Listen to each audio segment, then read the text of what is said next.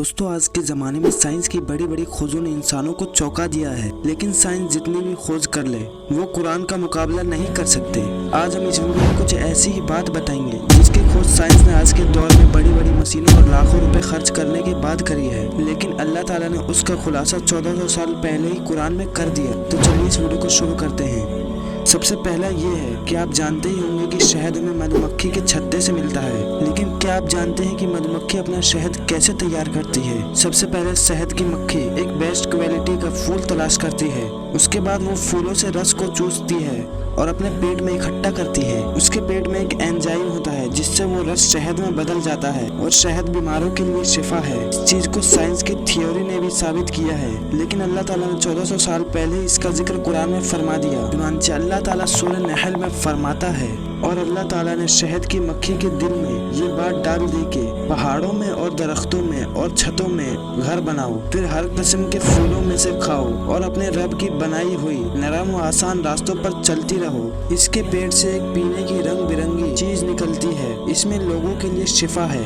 दोस्तों, इस बात का खुलासा अल्लाह ताला ने 1400 साल पहले ही कर दिया, और आज बड़े बड़े डॉक्टरों का ये मानना है कि शहद में बहुत सारी बीमारियों के लिए शिफा है, और आज इसे साइंस ने भी मान लिया है। लेकिन मुसलमानों का ईमान तो हमेशा से ही कुरान पर है। दूसरे नंबर पे है कि प्लेनेट अपने अक्ष पर कैसे घूमते हैं। एक साइंसदान जिसका कहना यह था कि सूरज एक जगह ठहरा है और सारे प्लेनेट उसके चक्कर लगाते हैं। 19वीं शताब्दी तक साइंस इसको सच मानते थे, लेकिन बाद में एडवांस टेक्नोलॉजी के जरिए से ये पता चल गया कि सूरज भी अपने अक्ष पर घूम रहा है। ये 217 किलोमीटर पर सेकंड की स्पीड से मिल्की वे की ओर चल रहा है। इस चीज का पता साइंसदानों ने एडवांस टेक्नोलॉजी के जरिए लगाया, लेकिन उससे पहले आलिम दीन को इसकी थ्योरी की खबर थी, क्योंकि अल्लाह ताला ने 1400 साल पहले ही इसका जिक्र कुरान में कर दिया। अल्लाह ताला सूरह अंबिया में फरमाता है कि और वही है जिसने रात और दिन और सूरज और चांद पैदा किए, सब एक घेरे में तैर रहे हैं। दोस्तों, अल्लाह ताला ने सूरज और चांद सबका जिक्र कुरान में कर दिया,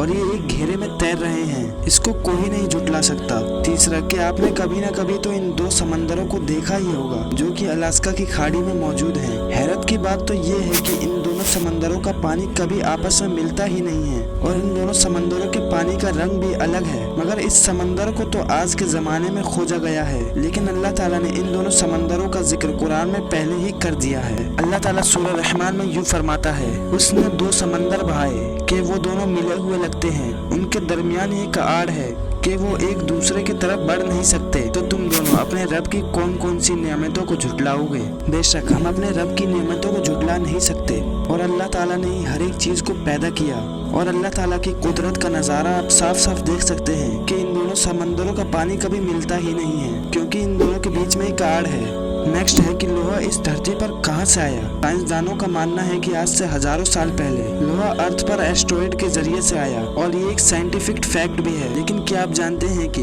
इस चीज का जिक्र अल्लाह ताला ने कुरान में फरमा दिया? अल्लाह ताला सूरह अल हदीद में यूं फरमाता है, और हमने उतारा लोहा और इसमें सख्त लड़ाई का सामान है। इससे ये पता चलता है कि चाहे दुनिया कितनी तरक्की कर ले, वो अल्लाह की किताब कुरान का मुकाबला बिल्कुल भी नहीं कर सकती। हमारा ईमान पहले से ही कुरान की आयतों पर है, और इंशाअल्लाह क़यामत तक हमारा ईमान कुरान पर ही रहेगा। और लोग चौंक जाते हैं कि 1400 साल पहले इतनी करेक्ट जानकारी किसने दी? तो मुसलमानों का जवाब ये है कि ये अल्लाह ताला का सच्चा कलाम है, और अल्लाह वो है जिसने सारी कायनात को बनाया, और दीन इस्लाम ही सच्चा दीन है।